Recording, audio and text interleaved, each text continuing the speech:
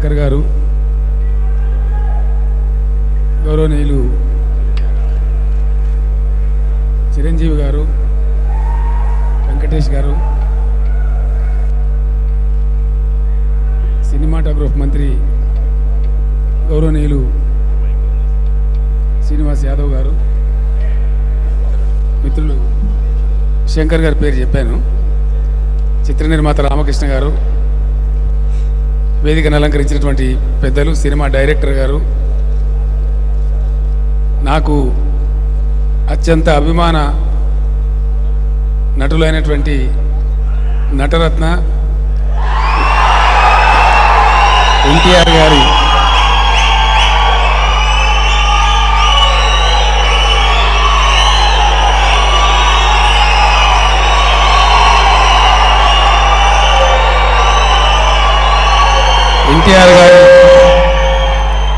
కుమారులు, సుప్రసిద్ధ సినీ నటులు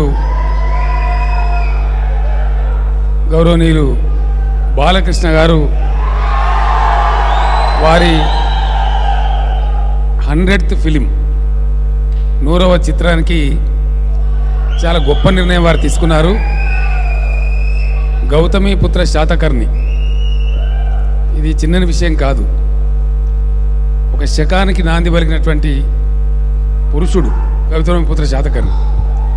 అంతకుముందు మన తెలుగు జాతికి తెలిసిందంతా కూడా బిఫోర్ క్రైస్ట్ ఆఫ్టర్ క్రైస్ట్ అనే పద్ధతిలో ఉన్నాం.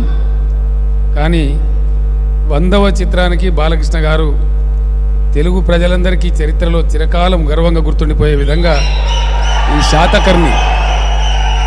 శాతవాహన శకానికి సంబంధించినటువంటి కథావస్తువు తీసుకొని 100వ చిత్రాన్ని నిర్మించి తలపెట్టడం చాలా సంతోషం. నేను వయసులో బాలకృష్ణ గారు కొంచెం పెద్ద కాబట్టి అన్నగారి అభిమానిగా హృదయపూర్వకంగా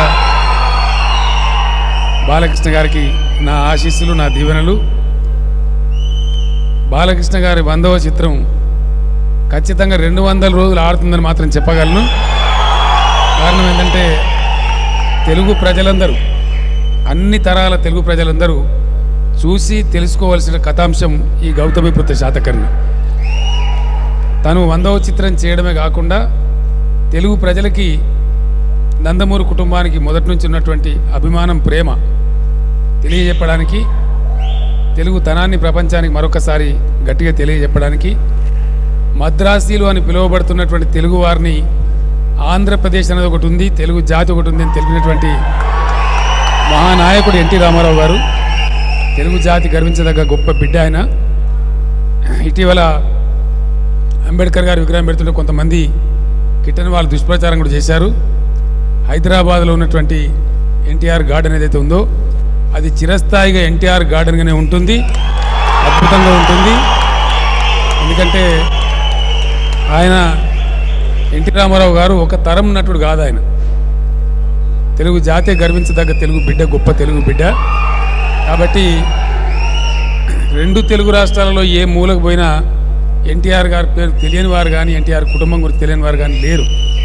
కాబట్టి అంత మహానాయకుడు, అంత గొప్ప వ్యక్తి యొక్క స్మారక చిహ్నం ఏదైనా సరే తెలుగు ప్రజలు గుండెల్లో పెట్టుకొని చూసుకునేటువంటి గొప్ప సందర్భం.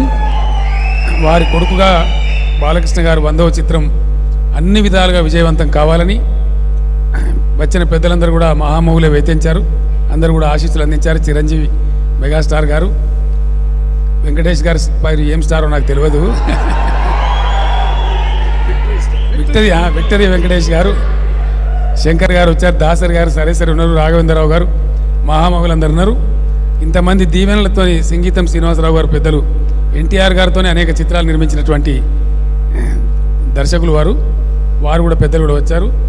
నన్ను కూడా ఆశీర్వదించారు. ముహూర్తం స్టార్ట్ కొడతా ఉంటే ఇంతమంది మహామౌల సందర్భంలో సమక్షంలో జరిగినటువంటి ఈ ముహూర్తం గొప్పగా సినిమా అనుకున్నంత వేగంగా నిర్మాణమై రిలీజ్ అయ్యి తెలుగు ప్రజలకి, తెలుగు జాతి చరిత్రలో చిరస్థాయిగా నిలిచిపోయేటువంటి ఒక చారిత్రక సినిమా మిగిలిపోతుందని చెప్పి మీ అందరు కూడా తెలియజేసుకుంటూ మరొకసారి సోదరులు, మిత్రులు బాలకృష్ణ గారికి అభినందనలు తెలియజేస్తూ ఒక కోరిక ఉంది నాకు. సినిమా పూర్తయిన తర్వాత మొట్టమొదటి బ్యాచ్లో నాకు కూడా సినిమా చూపెట్టాలని కోరుకుంటూ, ఎందుకంటే మన చరిత్రకు సంబంధించిన అంశం కాబట్టి నేను ఫ్యామిలీతో సహా వచ్చి చూస్తాను. మళ్ళీ చిరంజీవి గారు మేమంతా కలిసే చూడాలని. ఫస్ట్ ఆడియన్స్ ఈ బ్యాచ్, స్టేజ్ మీద ఉన్న బ్యాచే ఫస్ట్ ఆడియన్స్ కావాలని చెప్పి అందుకు అవకాశం బాలకృష్ణ గారు కల్పించాలి, దర్శకులు గారు కల్పించాలని కోరుకుంటూ సంతోషం. Thank you.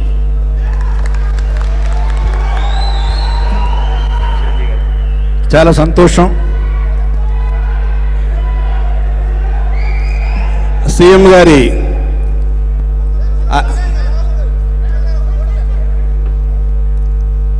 చంద్రశేఖరరావు గారి ఉదార స్వభావానికి వారి అభినందనలకి కృతజ్ఞత తెలుపుతూ, గౌతమి పుత్ర శాతకర్ణి ఈ ప్రారంభోత్సవానికి విచ్చేసినటువంటి 50 మంది పెద్దలకు, సినీ ప్రముఖులకు, నందమూరి అభిమానులకు ప్రతి ఒక్కరికి పేరు పేరున నా హృదయపూర్వక స్వాగతం. చాలా ఆనందంగా ఉంది. ఎందుకంటే 100వ సినిమా అనేది చాలా ప్రతిష్టాత్మకమైనటువంటి సినిమా. 100వ సినిమా గౌతమి పుత్ర శాతకర్ణి అని నిర్ణయం తీసుకోవడం అన్నది మొట్టమొదటి విజయంగా నేను భావిస్తున్నాను. ఇవి మైలురాయి వంటి సినిమాలు. ఇవి ఈ 100వ చిత్రం బాలకృష్ణ గారి చరిత్రలో ఇది అపూర్వమైనటువంటి సినిమాగా మిగిలిపోవడం ఖాయం. ఎందుకంటే ఎప్పుడైతే డైరెక్టర్ క్రిష్ని ఆయన కథని ఆమోదించి ఆయన దర్శకుడుగా పెట్టుకున్నారో అప్పుడే ఈ విజయం తథ్యం అన్న విషయం తేటతెల్లమైపోయింది. ఇలాంటి సినిమాకి, ఇలాంటి చారిత్రాత్మకమైన సినిమాలకు సరైన దర్శకుడు క్రిస్. కారణం ఆయనలో ఆథెంటిసిటీ ఉంటుంది. అది ఉదాహరణకి ఈ మధ్య సినిమా కంచె, అది సెకండ్ వరల్డ్ వార్ సినిమా. మన తెలుగులో అలాంటి హాలీవుడ్ స్థాయిని మరిపించే విధంగా తీసడం అనేది అది ఆషామాషి విషయం కాదు. అది క్రిస్ వల్లే అవుతుంది. అది అలాంటిది ఈ రోజున ఈ చారిత్రాత్మకమైన సినిమా శాతకర్ణి ఖచ్చితంగా ఆనాడు పూర్వకాలంలో ఎలా జరిగింది, ఎలాంటి ఆథెంటిసిటీ తోటి ఉంటుంది అన్నది మనకి తేటతెల్లంగా ఆయన తెర మీద చూపించగలరు. దానికి క్రిస్ అన్ని రకాలుగా న్యాయం చేస్తారు నమ్మకం నాకుంది. ఆ పాత్రలో ఇమిడిపోయి అత్యద్భుత నటనతోటి మనల్ని అందరినీ అలరిస్తారు బాలకృష్ణ అన్న నమ్మకం నాకుంది. ఇలాంటి పాత్రలు చేయటం బాలకృష్ణ గారికి అవలీలగా ఉంటుంది. ఆయనకి అది కేక్ వాక్. దాంట్లో ఆయన రాణిస్తారు, మనల్ని అలరిస్తారంటే ఎలాంటి సందేహం లేదు. ఈ మధ్యకాలంలో 100 రోజులు ఆడటం అనేది గగనమైపోయింది. అలాంటిది ఈ cinema silver Jubilee, golden Jubilee ఆడాలని మనస్ఫూర్తిగా కోరుకుంటున్నాను. ఇది ఒక అద్భుతమైనటువంటి చిత్ర రాజ్యంగా మిగిలిపోవాలని మనస్ఫూర్తిగా కోరుకుంటూ, ఆ భగవంతుడికి ఈ యొక్క యూనిట్కి వీళ్ళందరూ కూడా శుభాశీస్సులు అందివ్వాలని మనస్ఫూర్తిగా కోరుకుంటూ ఆల్ ద బెస్ట్. ఒక legend Simha lion, my good friend. I wish him all the very best for his 100th film and Krish, the whole team. ఒకటే చెప్పగలను, 100 రోజులు కాదు కదా, 200 రోజులు 1000 థియేటర్లో నడుస్తుంది. Okay, all the best. Thank you very much. Balayya Babu చరిత్రలో 100వ సినిమా. 100వ సినిమా అంటే ఎన్నిక చేసుకున్న సబ్జెక్ట్ గౌతమి పుత్ర శాతకర్ణి.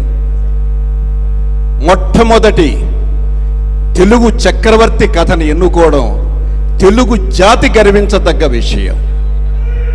ఇది మామూలు విషయం కాదు. 33 రాజ్యాల్ని జయించి చక్రవర్తి అయిన గౌతమీపుత్ర శాతకర్ణి కథని ఈ రోజున మనం చేసుకుంటున్న ఉగాది పచ్చడి ఆయనతో ప్రారంభమైంది. అటువంటి మహనీయుడి చారిత్రాత్మక కథని నిజంగా తీయాలని ఆలోచన కృషికు రావడం, దాన్ని బాలయ్య బాబు ఆమోదించడం నిజంగా తెలుగు జాతి గర్వించదగ్గ విషయం అని మీ అందరికీ తెలియజేస్తుంది. ఏ పాత్ర వేసినా ఆ పాత్రలో ఒదిగిపోయే బాలయ్య ఈ పాత్రలో మామూలుగా కనిపించడు. జానపదం, పౌరాణికం, సోషల్, యాక్షన్, సెంటిమెంట్ ఏ యాంగిల్లోకి వెళ్ళినా తనకి తను మలుచుకునే బాలయ్యని మనం మా గౌతమిపుత్ర శాతకర్ణిగా చూడ్డానికి ఎదురు చూస్తాం. ఇప్పుడు ఈ వేదిక మీద ఇంత పెద్దలు మాట్లాడే ముందు నేనేం మాట్లాడదలుచుకోలేదు. ఒక గొప్ప చిత్రాన్ని మలుస్తున్నా అనే భావన నాలో ఉంది. ఒక గొప్ప కథను తీసుకెళ్తే మరుక్షణమే దాన్ని ఆమోదించి చేద్దామని నన్ను ముందు నుండి నడిపిస్తున్న బాలయ్య బాబుకి మీరు అన్నట్టు జై బాలయ్య, జై జై బాలయ్య. ఇప్పుడు మన బాలయ్య మాట్లాడతారు.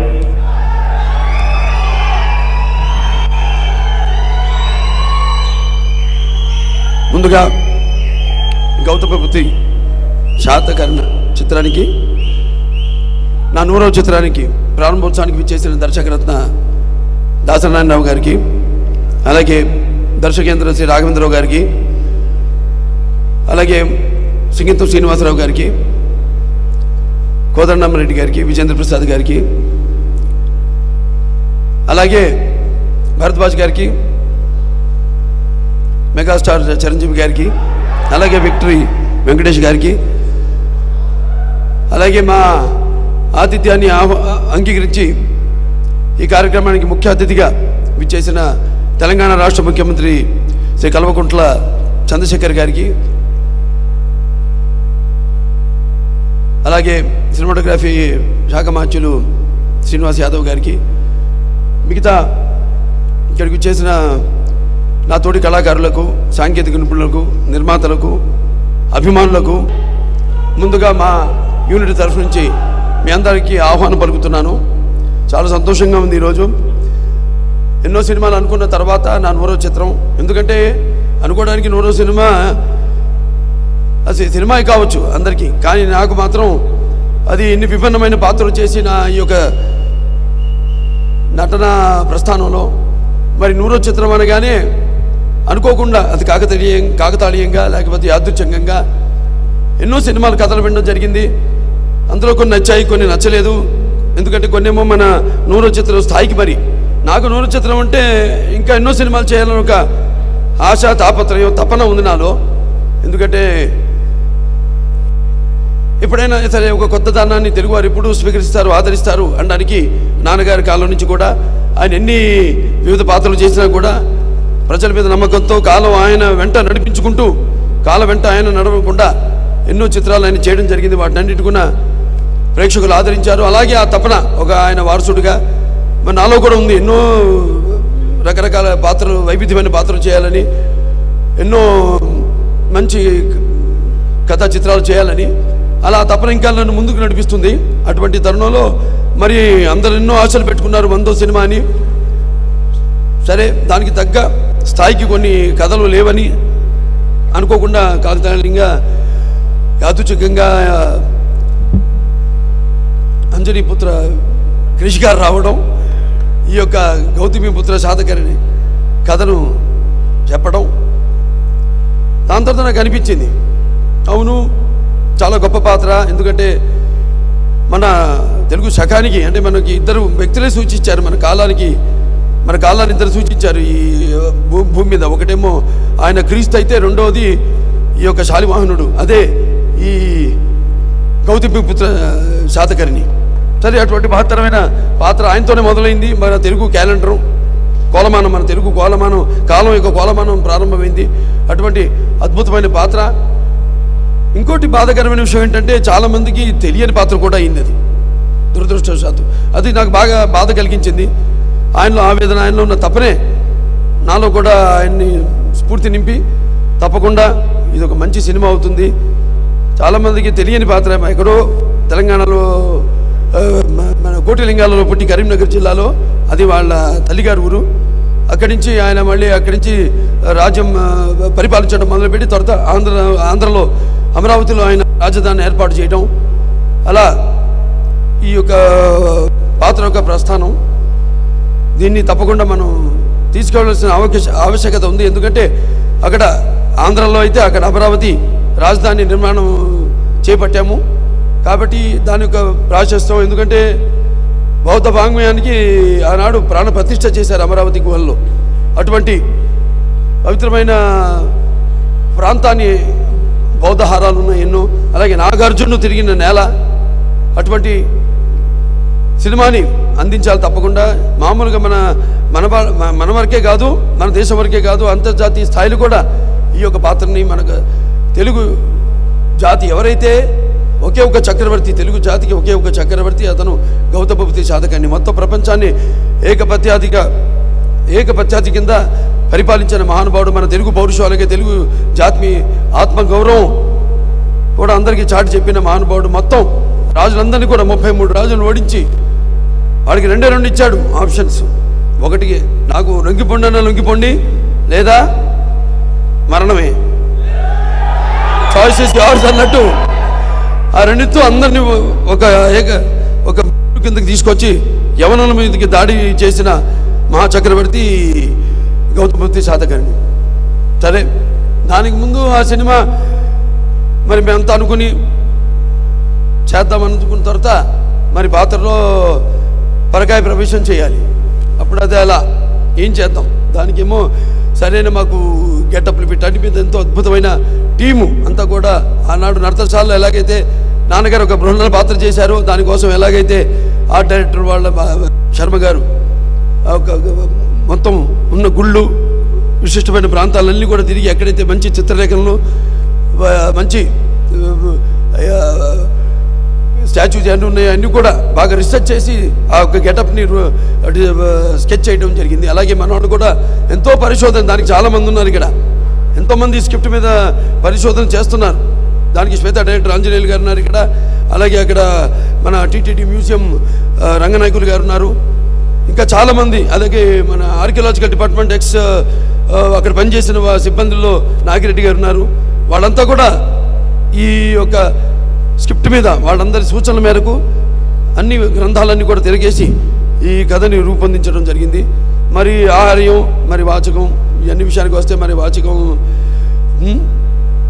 మరి ఆ నాన్నగారు మరి 1973లో నా నుదుట ఈ యొక్క నట తిలకం దిద్దారు. మరి అప్పటి నుంచి ఈ యొక్క 43 ఏళ్ల ప్రస్థానంలో 99 చిత్రాలు, మరి ఎన్నో నడుస్తూనే ఉన్నాను, గెలుస్తూనే ఉన్నాను. అప్పుడప్పుడు కొన్ని అపజయాలు కూడా నాకు ఎదురుపడ్డాయి, కానీ నా చిటుకుని వేలు కూడా కదించలేకపోయాను.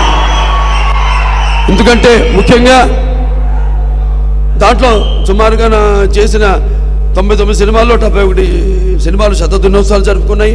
అదంతా కూడా నా తల్లిదండ్రుల యొక్క పుణ్యఫలం, అలాగే నా తెలుగు ప్రేక్షక దేవుళ్ళ యొక్క అభిమాన బలం, అలాగే నా ఆత్మబలం. నా అభిమానులు నా నుండి ఏమీ ఆశించకుండా వారు ఎప్పుడు నన్ను అభిమానిస్తూనే ఉన్నారు. మరి డబ్బుతో కొంటే లేకపోతే ఎన్నో సందర్భాలు చెప్పడం జరిగింది. ఎటువంటి ప్రలోభాలకి లొంగనిది ఈ అభిమానం. అటువంటి ఇంతమంది వేల లక్షల కోట్ల మంది అభిమానులు పొందడం మరి మీకు నాకు ఏ జన్మజన్మన అనుబంధము, ఏ రుణానుబంధము, ఏ విడదీయలేని అనుబంధము కదా అని నాకు అనిపిస్తూ ఉంటుంది. అలాగే నాతో పాటు ఈ యొక్క నా ఈ సుదీర్ఘ ప్రయాణంలో ఎంతోమంది నాతో పాటు నడిచారు. అలా అందుకే నా యొక్క ఈ నడకలో అడుగు వేసిన నా నిర్మాతలకైతేనేమి, దర్శకులకైతేనేమి, నా హీరోయిన్లకైతేనేమి, నా తోటి కళాకారులకైతేనేమి, నా సాంకేతిక నిపుణులకైతేనేమి, అలాగే అభిమానులకైతేనేమి, అందరికీ కూడా మొత్తం మన ఆంధ్ర తెలంగాణ రాష్ట్ర ఎక్కడెక్కడ తెలుగు వాళ్ళు ఉన్నారు తెలుగు వాళ్ళందరూ కూడా నా ఈ 100వ చిత్రాన్ని అంకితం చేస్తాం అని ఈ సందర్భంగా, అలాగే భారతదేశంలో ప్రపంచంలో ఉన్న తల్లులందరూ కూడా ఈ చిత్రాన్ని అంకితం చేస్తామని ఈ సభాముఖంగా తెలియజేసుకుంటున్నాము. అలాగే మరి అసలు ఈ గౌతమపుత్రి శాతకర్ణి పిచ్చ అనుకోగానే చాలామంది అసలు ఎవరిగా మరి ఈ సినిమాని 100 చిత్రంగా ఎంచుకోవడానికి కారణాలు చాలా ఉన్నాయి. దాంట్లో ఒకటేమో అసలు చాలామందికి తెలియకపోవడం, నేను ఇంతకుముందు చెప్పినట్టు అసలు ఎవరి గౌతమపుత్రి శాతకర్ణి అన్నది అదొకటి. ఆయన చేసి మరి ఏక ఛత్రాధిపత్యం కింద ఈ యొక్క మొత్తం దేశాన్ని ఈ అఖండ సుమారుగా 2020వ సంవత్సరం క్రీస్తు పూర్వం ఈ యొక్క శాతవాహనులు మొదలయ్యారు. దానికి ఆద్యుడు శ్రీముఖుడు. దాని తర్వాత ఒక 420 సంవత్సరాలు పరిపాలించారు వాళ్ళు. అందులో 23వ రాజు ఈ గౌతమపుత్రి శాతకర్ణుడు. సో ఆయన చరిత్ర అందరికీ తెలియజేయాలి. ఏదైతే ఒక మంచి అవకాశం, అన్నీ తెలిసిన కథలే, తెలియని కథలైతేనే, తెలియని కథలంటే ఒట్టి ఊరికే పుక్కడి పురాణాలా కాకుండా ఒక దానివల్ల ఒక మంచి జరగాలని, అంటే ఒక నేను చెప్పినట్టు తెలుగు జాతి అలాగే తెలుగు కీర్తిని స్ఫూర్తిని పెంచడానికి మన తెలుగు భాష సంస్కృతి సాంప్రదాయాల్ని ఎలాగైతే చాటి చెప్పాడో ఆయన మహానుభావుడు నందమూరి తారక రామారావు గారు. అంటే కారే రాజులు రాజ్యములు కలిగిరే, కారే రాజులు రాజ్యములు కలిగిరే అని బొమ్మల పోతన్న గారు చెప్పారు మన మహాభారతంలో. కారే రాజులు రాజులు కలిగిరే అని. అంటే దాంట్లో ఏంటంటే ముఖ్యంగా పుట్టిన వాళ్ళకి చావు తప్పదు, కానీ పుట్టిన వాళ్ళకి చావు ఈ పుట్టుకలతో ఎటువంటి భయం లేకుండా ఉండేవాళ్ళే శాశ్వతంగా నిలిచిపోయేవాళ్ళు, వాళ్ళే దైవాంశ సంభూతులు అని సభాముఖంగా తెలియజేసుకుంటూ అటువంటి వారిలో నాకు తెలిసింది ఆది శంకరాచార్యులు వారు, లేకపోతే ఒక మధ్యాచార్యులు వారు, లేకపోతే ఒక వివేకానందుడు, ఒక గాంధీ, ఒక ఎన్టీఆర్, ఒక గౌతమ బుద్ధ శాతకర్ణుడు. అలాగే ఈ యొక్క సామ్రాజ్యం విస్తరణ అప్పుడు అశోక చక్రవర్తి మరణానంతరం ఆ తర్వాత ఈ ఆంధ్రులంతా కూడా ఈ యొక్క విశాలమైన ఈ ఆంధ్ర మహా సామ్రాజ్యాన్ని స్థాపించారు. సో అటువంటి మన పునాదులు మనం తెలుసుకోవడం, తెలియపరచడం భావితరాలకు మన కర్తవ్యాన్ని భావిస్తూ ఈ యొక్క చిత్రానికి పూనుకోవడం జరిగింది. సో అందరూ కూడా ముందుగా మా దర్శకుడు అంజనీపుత్ర క్రిష్ గారికి, అలాగే నిర్మాత రవీందర్ రెడ్డి గారికి, అలాగే శ్రీనివాస్ గారికి, అందరూ కూడా, అలాగే ఈ చిత్రాన్ని పనిచేస్తున్న సాంకేతిక నిపుణులు అయితేనేమి, నటీనటులు అందరూ కూడా నా అభినందన తెలియజేసుకుంటూ, అందరూ కూడా మాకు ఒక జనరల్గా ఒక అలవాటు, ముందుగా నెమ్మదిగా ఒక్కొక్క అంచెలుగా మెట్టెక్కుతూ ఎలాగైతే జీవితాన్ని మనం అన్ని రంగాలు కూడా మనం భాగించుకోవాలో అలాగే సినిమా కూడా అటువంటిది. సినిమా అనేది ఈనాడు ఒక నిత్యావసర వస్తువు. మరి ఈ దైనందిన కార్యకలాపాలలో పడి మనిషి ఎలాగైతే ఈ యొక్క వివిధ తనకి నచ్చిన వాటిని ఎంచుకుంటున్నాడో అలాగే వినోదం కోసం సినిమాని ఎంచుకున్నాను.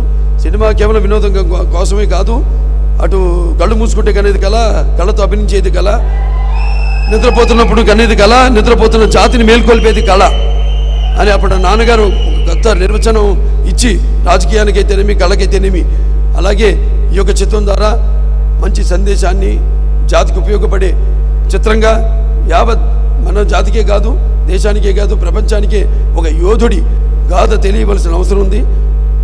సో ఈ చిత్రంలో నటించడం అది నా పూర్వజన్మ సుకృతంగా భావించుకుంటూ మరొకసారి ఇక్కడికి ఈ యొక్క కార్యక్రమం విజయవంతం చేయడానికి విచ్చేసిన పెద్దలందరూ కూడా,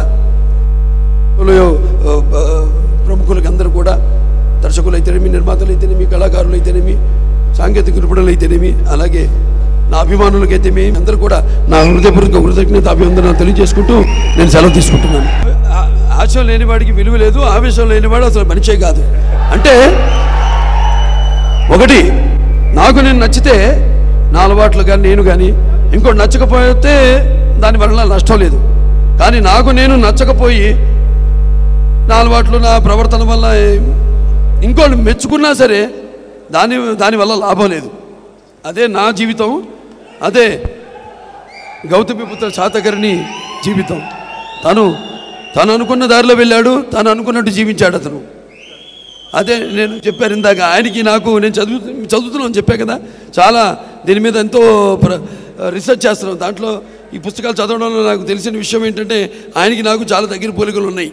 ఆవేశంలో అయితేనేమి, ఆలోచనలో అయితేనేమి.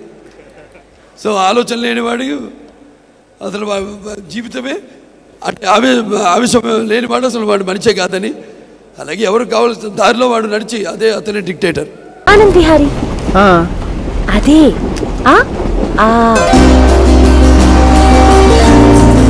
పక్క పక్కనే ఉండే అక్షరాలు పరిచయం కావడానికి 25 ఏళ్ళు పట్టింది.